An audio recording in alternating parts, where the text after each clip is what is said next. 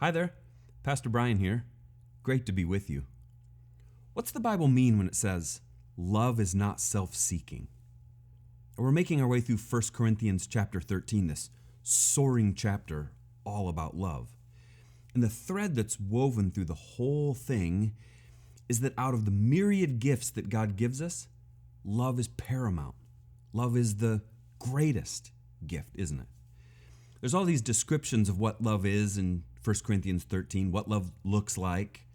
But then to illustrate the totality of how love gets fleshed out, the Apostle Paul shows us some snapshots of what love isn't. We arrive at verse 5 of 1 Corinthians 13, where Paul writes these words, "Love is not self-seeking." Another translation of the text puts it like this, "Love does not insist on its own way." In other words, loving others well means that it's not about you and me. When we love, we don't seek the things of ourselves. See, Paul's original audience was the Corinthian church, right? Which was a whole mess of self-focus and self-seeking. In so many ways, they were the precise antithesis of love.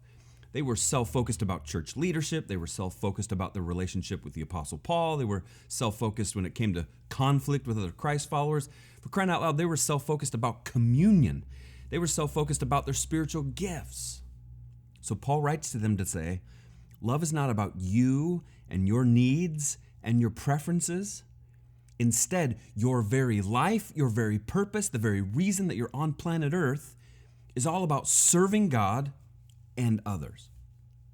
In another letter to another church, this time to the Philippians, Paul says the same thing, just with a twist. Philippians chapter 2, verse 4.